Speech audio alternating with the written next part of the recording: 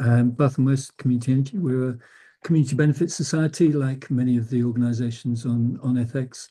We've been operating for 16 years, set up in 2010, initially as a voluntary organisation. Since for the first couple of years, working on a voluntary basis. Since then, we've built up a range of community renewables projects, 15 megawatts, nearly 15 megawatts of community solar, primarily one small hydro scheme, a mix of ground mount solar schemes and quite a large number of rooftop solar as well.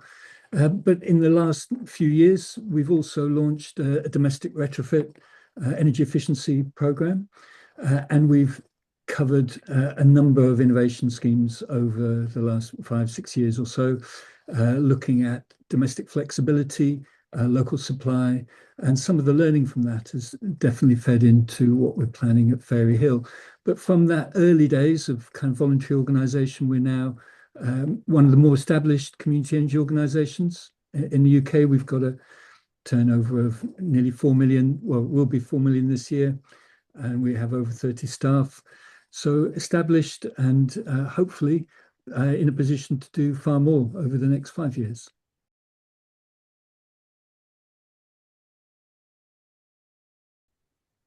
Like many community benefit societies, our goal is around delivering not just renewable energy or even demand reduction, but community benefit. And underpinning what we do is the delivery of community benefit in a number of different ways. So we have a community fund. We've distributed or at least donated £470,000 to date through that community fund. But we're also delivering other value as well. So our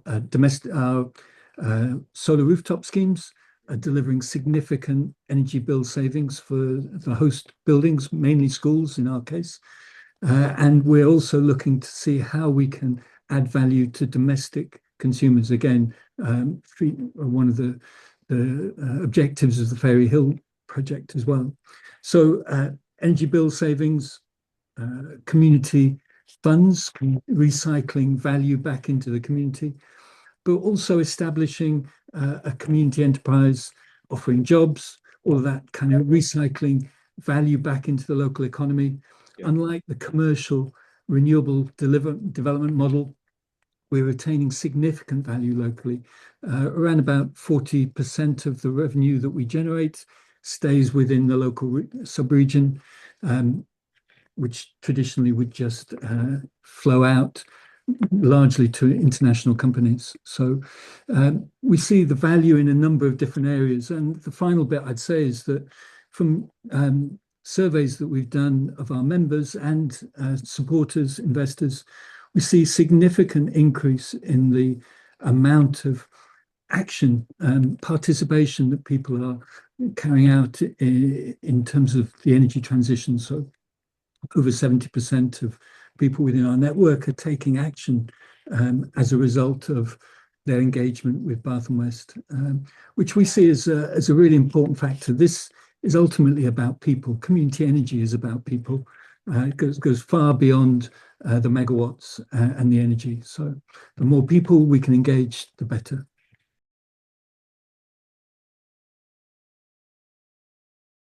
Fairy Hills, project near Compton Dando in Bath and North East Somerset, so near Bath. It's a 2 megawatt, fraction over 2 megawatt ground mount solar scheme, 14 acres, 5.5 acres of solar, but with strong intention to build a project that is more than just the solar. Of course, the solar generates clean energy and we love that, but it's also improving biodiversity. Like our other projects, we're looking to maximize biodiversity on the site. Within the planning application that we submitted, we committed to 20% improvement in biodiversity, so double what the minimum requirement of 10% was. But we believe we can do far more than that. And another project, similar project, just down the road really from Compton Dando, we built in 2016. We had an independent ecological survey carried out recently that demonstrated between 55 and 60% increase in biodiversity over the 10 years since it's been built. So Wow, this is a fantastic. very real benefit that ground mount solar offers. Uh, Mm. so 2 megawatts, significant biodiversity, including a community orchard, increased permissive access, but also associated with that, a local supply initiative where we're looking to link up the flow of electrons, which inevitably goes locally, with how people actually pay for that. So obviously, we'll talk a bit more about that, but that's the headline summary.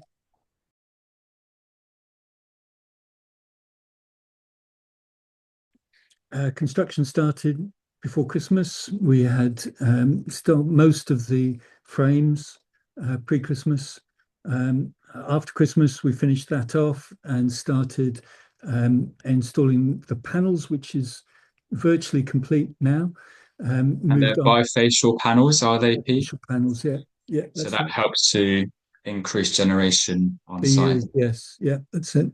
Um, I think so. We're now in a position where we've just installed the DNO substation and connecting all up with inverters, expecting to commission the end of April, so the end of this month. So Yeah, close, brilliant. close to turning it on, which is very exciting.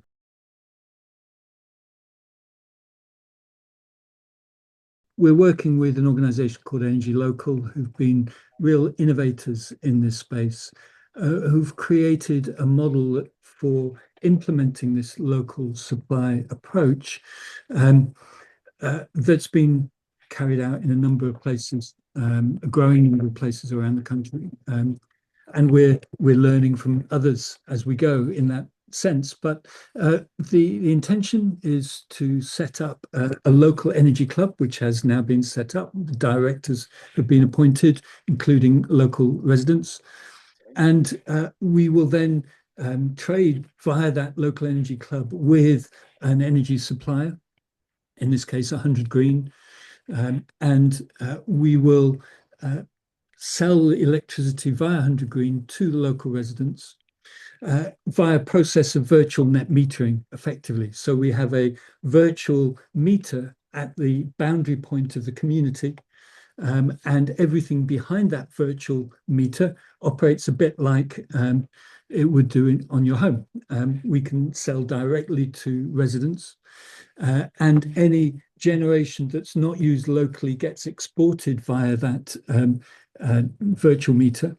And we then get a power purchase agreement, a fixed value for the electricity from 100 Green. For any electricity that's demanded that we're not supplying, of course, we're not going to be supplying everybody's electricity, then the 100 Green is then supplying that through that virtual meter and supplying households at a local level. And the way it works is that we sell our electricity and the price has just been set at 14 pence per kilowatt hour. So a significant reduction It is, yeah. on what other people would otherwise pay. Um, Members of the Energy Club pay a £5 a month membership fee. That goes towards paying some of the distribution charges via that the energy supplier has to cover.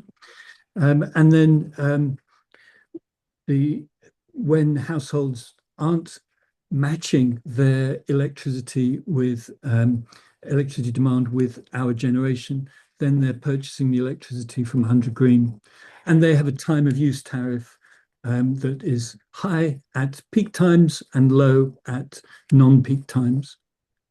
But we reckon in all of that around about 15% savings uh, if you Brilliant. don't do anything, if you just use your electricity as currently kind of you do, then on average, and individuals will differ, it's around about 15% fuel bill reduction.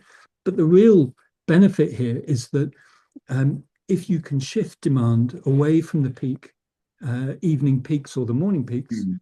and Yeah. some people are more able to shift demand than others, of course, then you can increase the bill savings even further. You can make more advantage of that cheaper daytime rate when the solar is being generated.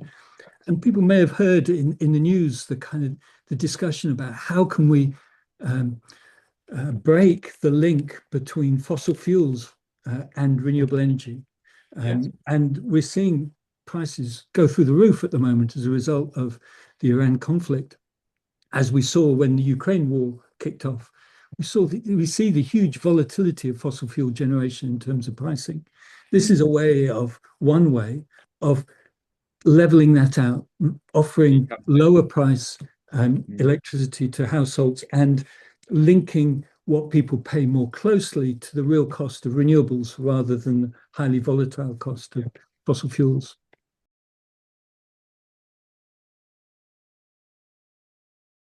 I think community energy, I'd start with by saying community energy asks a real fundamental question of the energy supply system. Who owns and who benefits from the energy supply that we see in this country? And currently it's primarily multinational companies and the investors in those multinational companies. And we think community energy has an alternative economic model to offer to this. And as we scale it, it will have an increasing impact in providing a local power for local people, which not only ensures that more benefits stay locally, but it also, as I say, increases support for renewable energy. If we can add real value to local people, then more likely to accept renewable energy in their communities. And whilst I'd never say that community energy absolves us from opposition at a community level, because it won't. We're talking about putting infrastructure into people's communities or near to people's communities. So that's always going to be an issue. But community energy eases that process and reduces and increases the support. So community energy adds value to the energy supply system by increasing support for the infrastructure that we desperately need in order to shift along the energy transition path. But as I was saying earlier, it also is about increasing participation more widely as people get more involved, create a greater link between where and when they use electricity with where it's coming from. Then we see a knock-on impact on how people use electricity and what they want to do in terms of reducing carbon emissions in their own home. It's a bit like when you have solar on your own roof. We see over and over again people that have their own solar panels take more interest in where and when the solar is being generated and shift demand to maximize the cheaper electricity. We need to replicate that effect, if you like, more widely within the community. So community energy is asking fundamental questions about who owns, who benefits. We think it should be local communities. It encourages support for the infrastructure that we desperately need for the energy transition. And it improves and builds participation more widely within the energy transition itself.